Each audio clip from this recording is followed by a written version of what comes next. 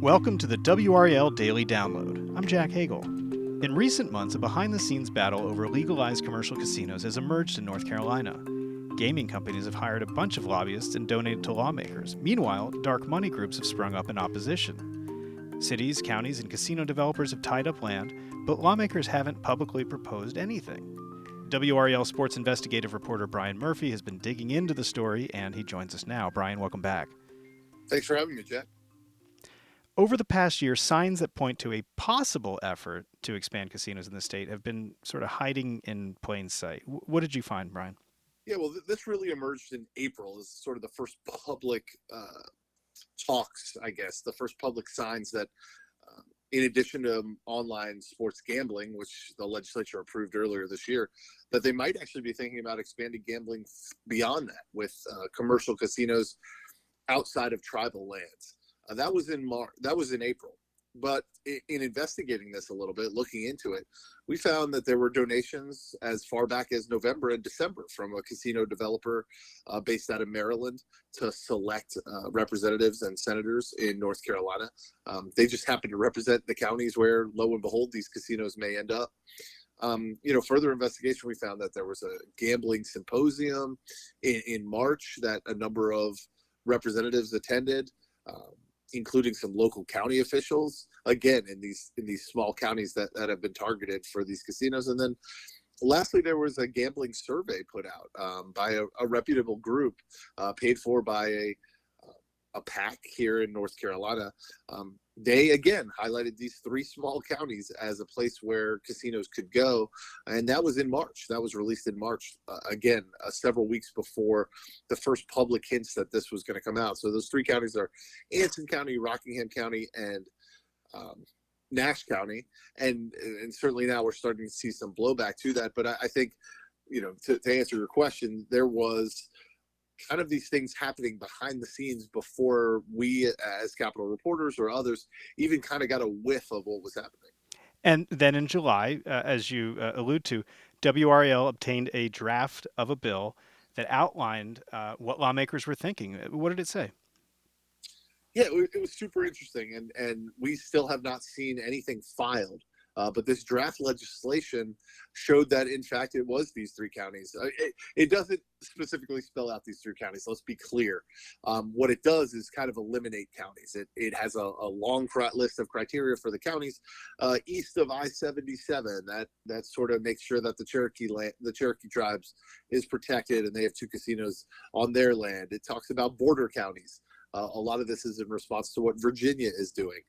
Probably the most important, criteria is this. These are tier 1 counties. Those are sort of economically depressed counties in the state counties that are not doing as well economically. You would think that Wake County and Mecklenburg County would be ideal locations for casinos if you were going to put them in the state. Huge population centers, but the way lawmakers have sort of pitched this, and this is evident in the draft legislation, is this is a rural tourism incentive program. They want to build up these counties with these entertainment districts. They're not calling them casinos. They're really calling them entertainment districts. And they think by having a casino as kind of the hub of it, they can get restaurants and bars and other things that will attract people, hotels, other things that will attract people to come to these counties, spend the night in these counties, maybe spend a couple nights in these counties, or if they're driving through, one of the criteria that it has to be that it can be on Interstate 95, like in Rocky Mount's case. So if you're driving through Nash County, this would maybe give you a reason to spend the night there, go to the casino, get a good meal at a restaurant, and spend some money in that county. Probably the other thing that stood out the most from the draft legislation is that it calls for at least $500 million of development investment in these three sites each. So that's $1.5 billion. And it calls for one developer to get the rights to all three of these sites. It also calls for a fourth casino to be run by the Lumbee Indians, and that would be in the southeast portion of the state. But, the draft legislation is long. It's filled with lots of nuggets. I mean, those are the highlights of it. Again, that is the only sort of public document, and it wasn't released publicly. We obtained it and put it out there.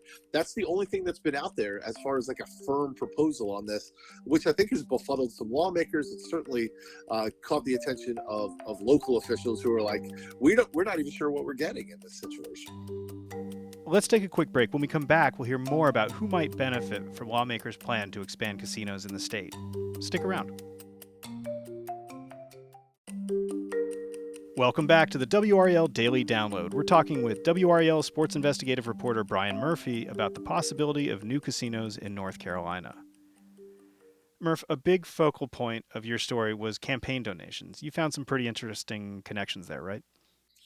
Yeah, Cordish, this Maryland-based casino developer, donated to several key lawmakers, people that you would think they would donate to, right? They donated to Senator Berger, the Senate leader, the Senate Republican leader. They donated to Representative Jason Sain, who is a key budget writer and a pretty out there public supporter of expanded gambling. But what I found curious was they also donated to lawmakers that you don't really hear much about. Senator Lisa Barnes, Senator Craven down in Anson County. And what I found, suspicious is not the right word, but what I found interesting is that they donated to lawmakers in these three specific counties: Rockingham County, Anson County, Nash County, where now the proposal is that they would have these casino districts. Those are not the primary counties that you would think of as getting casinos if you were going to bring casinos to North Carolina. And so, as I mentioned earlier, the survey that went out that indicated that looked at specifically what it would do to revenue generation if you put it in these three counties, there does seem to have been some sense that these counties were going to be targeted, and they were certainly targeted by Cordish, this Maryland based casino developer. They were targeted in this survey by Greater Carolina. Now, people in these communities, they look at all this activity. They sort of are finding things out here and there, and they say what? Well, so far the reaction has been very mixed in these counties. I'd even say, at least what we've heard publicly, is opposition. Cordish, which again I keep referring to as Maryland-based casino developer, is trying to rezone land in Rockingham County.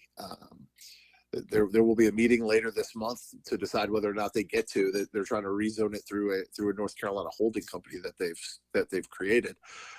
We've heard the Nash County commissioners against this, although the mayor of Rocky Mount is in favor of it. So it's kind of dividing these counties.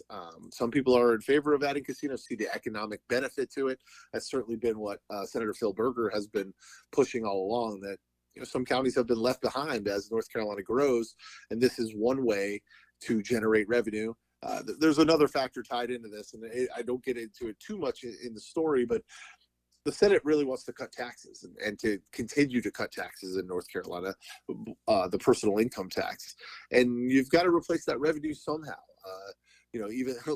Even the most conservative lawmaker knows that you need money to run the state government, and so casinos are being seen as a revenue generator, a way to maybe replace some of the money that would be lost if they cut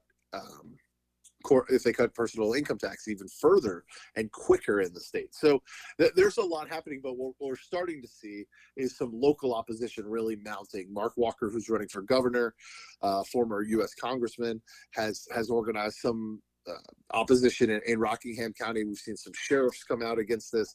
I think we're going to see a lot of action at the county level, the county commission level, and other levels. It'll be interesting to see how much of a say the local communities have in this. When Virginia passed similar legislation, they gave the counties where these casinos were going to be a say. Some counties rejected it, but most counties embraced it, and now we've seen a string of casinos go up on the North Carolina border. That's another thing that's at work here. Senator Berger lives in one of those counties on the border, and he's seeing a steady stream of his constituents going across the border to partake in gambling activities in Danville. You mentioned that feedback so far has been mixed. That seems to kind of have been the trend with gaming legislation in the state, and it's a pretty bipartisan thing, right? Right. The opposition to increased gambling, kind of cuts. We tend to think of most issues here in North Carolina and the North Carolina legislature as Republican Democratic issues.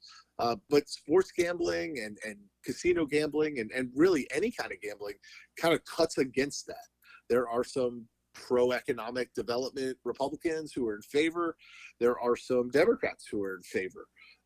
But then you find that there is opposition, deep opposition on both sides. There's a very conservative members and conservative activists and others, particularly from a religious bent on the right that do not like this at all, that would go back and get rid of the lottery if they could.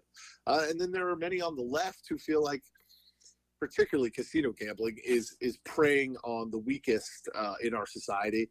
It's a very regressive way of collecting tax revenue, and it will hurt the least among us. And so you will see on these bills, as we saw in sports gambling, that the caucuses are divided.